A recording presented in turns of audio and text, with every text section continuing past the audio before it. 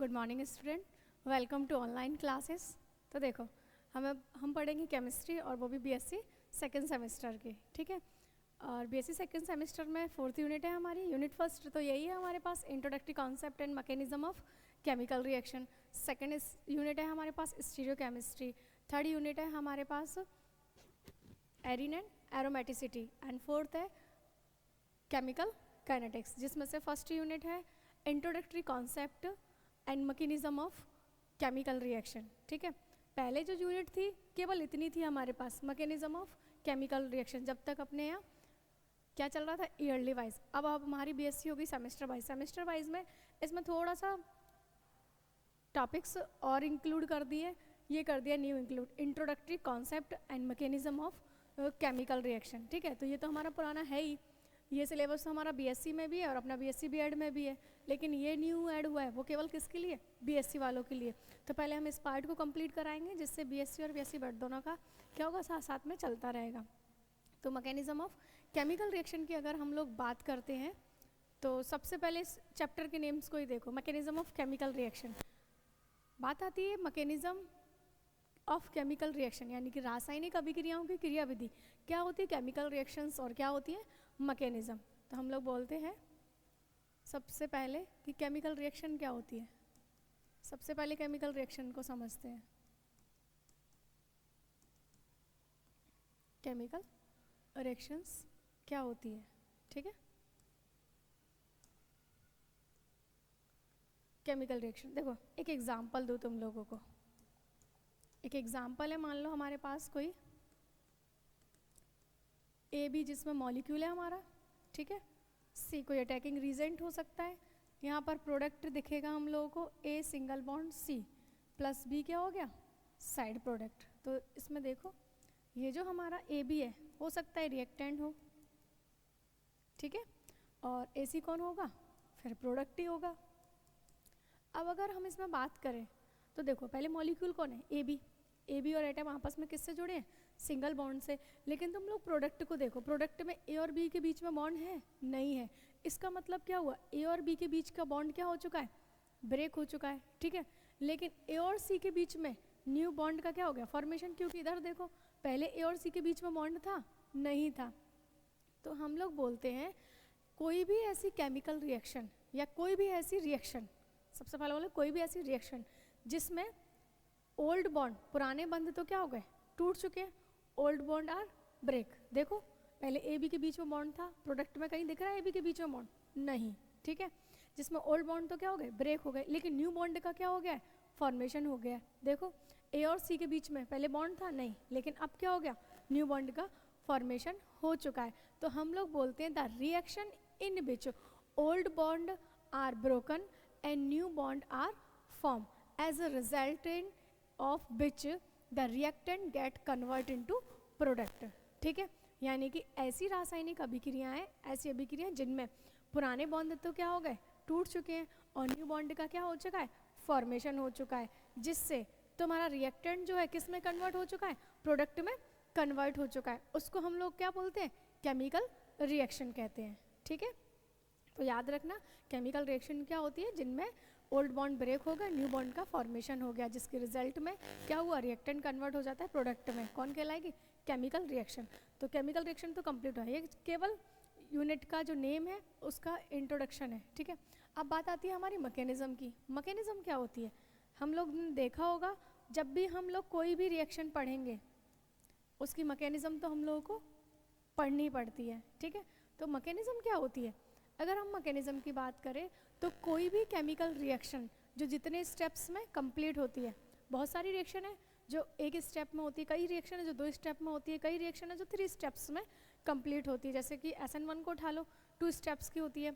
SN2 जो है only 1 step की होती है। कोई भी फ्री रेडिकल है तो वो कितने स्टेप की होती है, 3 स्टेप की, या फिर मोर देन 3 स्टेप। तो हम लोग बोलेंगे जो भी केमिकल रिएक्शन 2 स्टेप्स में, ठीक है, या फिर उससे ज़्यादा स्टेप्स में कंप्लीट होती है, और जो रिएक्शन जितने भी स्टेप्स में कंप्लीट होगी उन सभी स्टेप्स की ब्रीफली स्टडी करनी, यानी कि डिटेल में स्टडी करना, क्या कहलाएगी, हमारी मैकेनिज्म कहलाती है।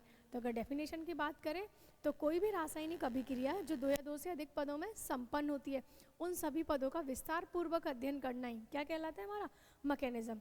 या फिर ऐसे बोल सकते हैं कि the chemical reaction are complete in 2 and more than 2 steps, ठीक है, and the detail study of all the steps is called mechanism of chemical reaction, ठीक है। ये हो गया यूनिट का नाम, यानी कि यूनिट में ये जो हाफ पार्ट है इसमें केमिकल रिएक्शंस और उनकी मैकेनिज्म्स के बारे में पढ़ना है। मोस्टली इस यूनिट में हम लोगों को क्या पढ़ना है, ऑर्गेनिक रिएक्शंस, और organic reaction how many type of organic reaction and organic reactions की मैकेनिज्म देखनी है, यही करना है इसमें, ठीक है। तो ये हो गया। अब नेक्स्ट टॉपिक आता है हमारा कर्व्ड एरो नोटेशन। इसके बाद नेक्स्ट है हमारा टॉपिक, फर्स्ट ही टॉपिक है हमारा कर्व्ड एरो नोटेशन, ठीक है, क्योंकि रिएक्शंस में तुम लोगों ने ये एरोस ज़रूर देखे होंगे। तो सबसे फर्स्ट टॉपिक आता है हमारा कर्व्ड एरो नोटेशन। इसको हिंदी में हम लोग बोलते हैं क्या, वक्र तीर संकेतन।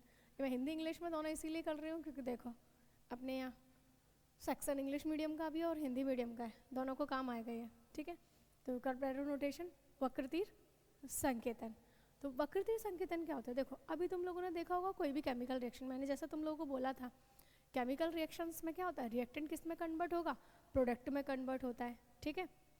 तो अभी जो एग्जाम्पल लिया था हम लोगों ने, क्या एग्जाम्पल लिया था, पीछे देखो, ये जो हम लोगों ने एग्जाम्पल लिया था, अगर इसकी बात करें तो तुम लोग देखना है इसमें ए और बी के बीच का बॉन्ड क्या हो गया, ब्रेक हो गया, और ए और सी के बीच में क्या हो गया, न्यू बॉन्ड का फॉर्मेशन हुआ है या नहीं।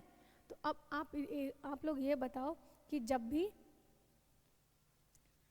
जो बॉन्ड है, मान लो ए और बी के बीच में बॉन्ड है, ठीक है, ए और बी के बीच में बॉन्ड था, अगर हम लोग इस बॉन्ड को ब्रेक करते हैं तो कितने इलेक्ट्रॉन फ्री होंगे, अगर इस बॉन्ड को ब्रेक करना है तो 2 इलेक्ट्रॉन फ्री होंगे, क्योंकि जो भी बॉन्ड है वो कितने इलेक्ट्रॉनों से मिलकर बनता है, 2 इलेक्ट्रॉनों से।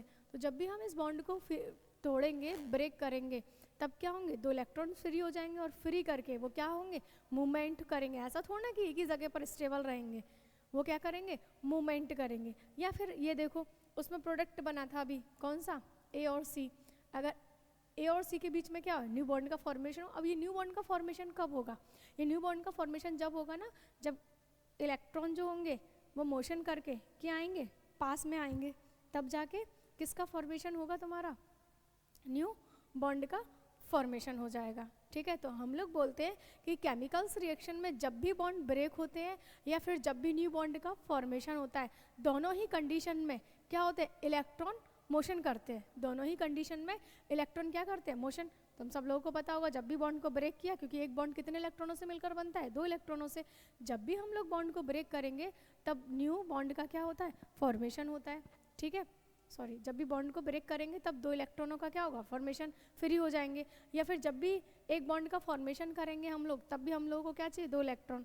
तो बॉन्ड बनाने के लिए सिंपल सी बात है, तुम लोग मेरी इस क्लास में बैठे हुए हो, क्लास देखो हमारी काफ़ी लंबी है, ठीक है, कम से कम 30 ब्रांचेस है, तो एक फर्स्ट और एक 30 जो ब्रांच में बैठा है उसमें दोस्ती हो पाएगी नहीं ना।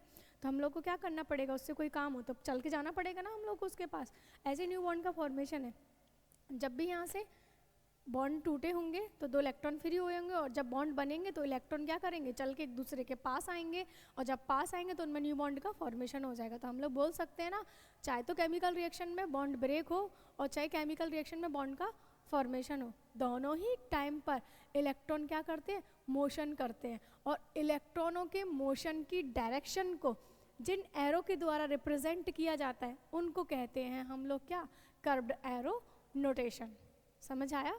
केमिकल रिएक्शन में बंद के बनने में और बंद के टूटने में दोनों ही टाइम पर इलेक्ट्रॉन क्या करते हैं, मोशन करते हैं, ठीक है। और इलेक्ट्रॉनों के मोशन की डायरेक्शन को जिन एरो के द्वारा हम लोग रिप्रेजेंट करेंगे वो कौन हो जाएगा, हमारा कर्व्ड एरो नोटेशन कहलाता है, ठीक है। अब ये जो कर्व्ड एरो नोटेशन है वो कितने टाइप्स के होते हैं, हमारे 2 टाइप्स के होते हैं। कर्व्ड एरो जो नोटेशन है हमारा वो कितने टाइप्स का है? 2 टाइप्स का। फर्स्ट है हमारा, फर्स्ट है हाफ हेडेड एरो,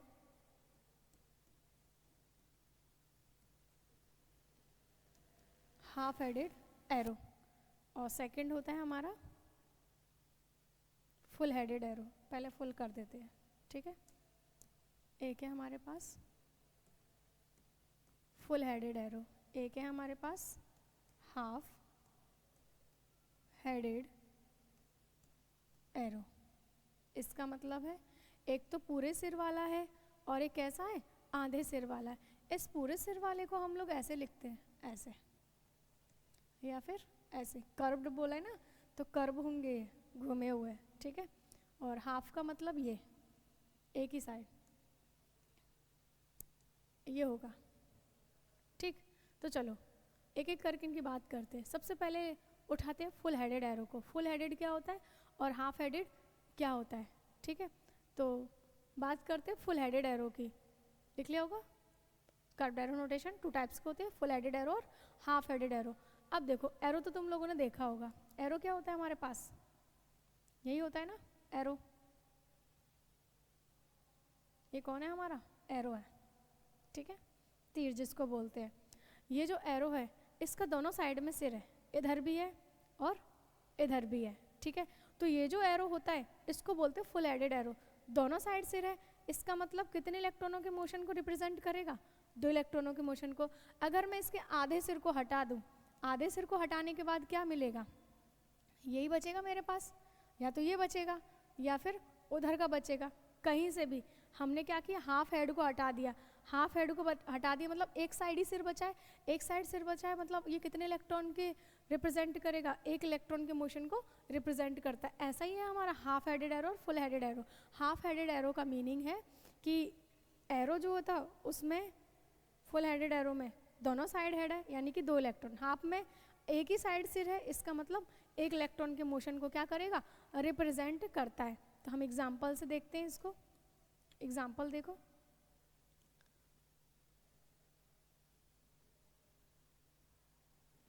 इसको बाद में लिखते हैं, ठीक है। पहले एग्जाम्पल देख लो किसका? हाफ हेडेड एरो का। अगर हम लोग बात, सॉरी, फुल हेडेड एरो का। अगर एग्जाम्पल में बात करें फुल हेडेड एरो, एक एक करके देखते हैं दोनों को। फुल हेडेड एरो क्या होते हैं? केमिकल रिएक्शन में 2 इलेक्ट्रॉन के मोशन को, ठीक है, जिस एरो के द्वारा रिप्रेजेंट किया जाता है वो कौन कहलाता है? हमारा फुल हेडेड एरो कहलाता है। फिर से सुनो, केमिकल रिएक्शन में 2 इलेक्ट्रॉनों के मोशन को जिस एरो के द्वारा रिप्रेजेंट करते हैं वो कौन होता है? हमारा फुल हेडेड एरो होता है। फॉर एग्जाम्पल के लिए जैसे फिर से ए और बी, ए भी कोई मॉलिक्यूल है हमारा, ठीक है। इस मॉलिक्यूल को मुझे क्या करना है? ब्रेक करना है। और इस मॉलिक्यूल को ब्रेक करने पर, इस मॉलिक्यूल को जब भी हम लोग ब्रेक करेंगे, ब्रेक करने पर कितने इलेक्ट्रॉन फ्री होंगे? 2 इलेक्ट्रॉन फ्री होंगे। और दोनों इलेक्ट्रॉनों में से, अब हमें तो नहीं पता किसकी इलेक्ट्रोनेगेटिविटी ज़्यादा है, मान लो ए की ज़्यादा है या मान लो बी की ज़्यादा है, दोनों में से किसी की ज़्यादा होगी। और जिसकी इलेक्ट्रोनेगेटिविटी ज़्यादा है, दोनों इलेक्ट्रॉन किसके पास जाएंगे? उसी के पास जाएंगे, ठीक है। तो ये जो एरो है, ये जो देखो कर्व एरो नोटेशन लगा है, ये किसको रिप्रेजेंट कर रहा है? ये रिप्रेजेंट कर रहा है कि जब भी हम लोगों ने इस बॉन्ड को क्या किया? ब्रेक किया है, तो इस बॉन्ड के ब्रेक होने से कितने इलेक्ट्रॉन फ्री होंगे? 2 इलेक्ट्रॉन फ्री होंगे। और दोनों के दोनों इलेक्ट्रॉन कहाँ गए हैं? बी के पास गए हैं, ठीक है। इसका मतलब ए ने इलेक्ट्रॉन दे दिए, ए पर कौन सा चार्ज आने वाला है? हमारा पॉजिटिव चार्ज। ए पर कौन सा चार्ज आएगा? पॉजिटिव। और बी पर कौन सा आएगा? नेगेटिव। क्यों आया? क्योंकि इस बॉन्ड में एक इलेक्ट्रॉन ए का था और दूसरा इलेक्ट्रॉन बी का। जब इस बॉन्ड को ब्रेक किया तो दोनों इलेक्ट्रॉन कौन ले गया? बी। शायद हो सकता है उसकी इलेक्ट्रोनेगेटिविटी ज़्यादा हो, जिसकी वजह से बी के पास इलेक्ट्रॉन गए।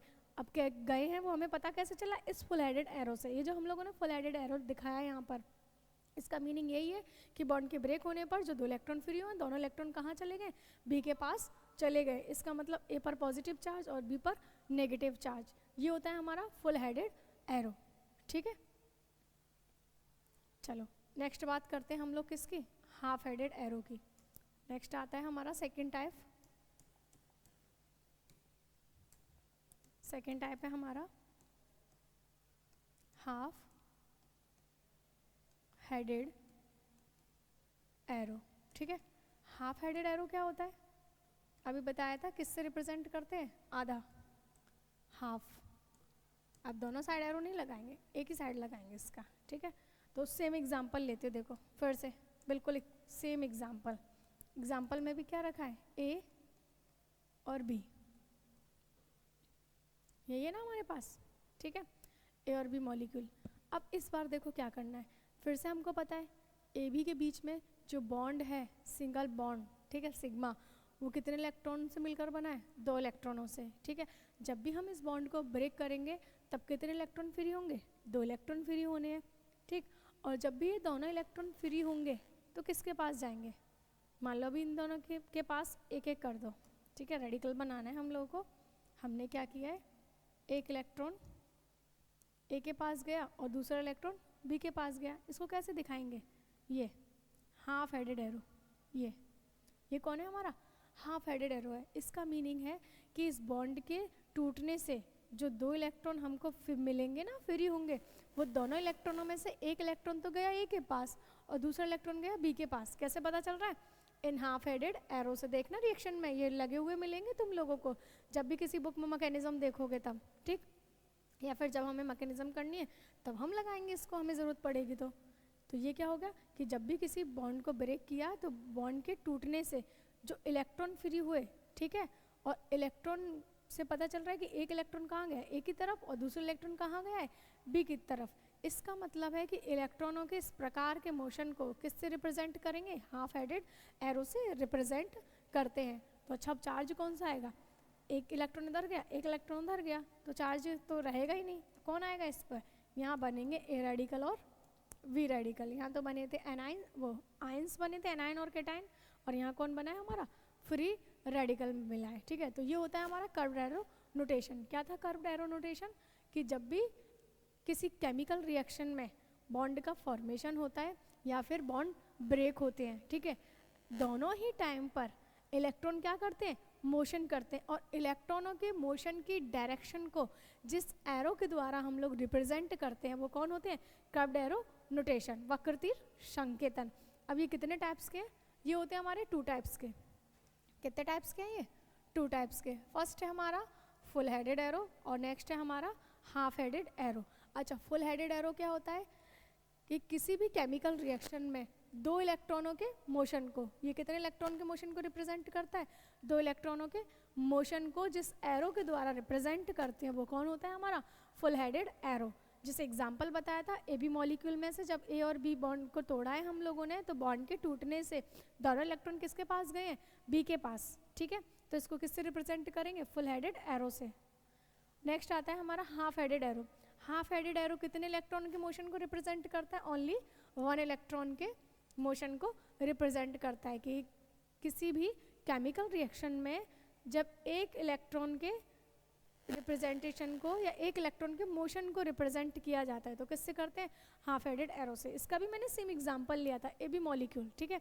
ए बी मॉलिक्यूल को तोड़ा इस बार फिर से 2 इलेक्ट्रॉन फ्री हुए, लेकिन इस बार एक इलेक्ट्रॉन ए के पास गया, दूसरा इलेक्ट्रॉन बी के पास गया है।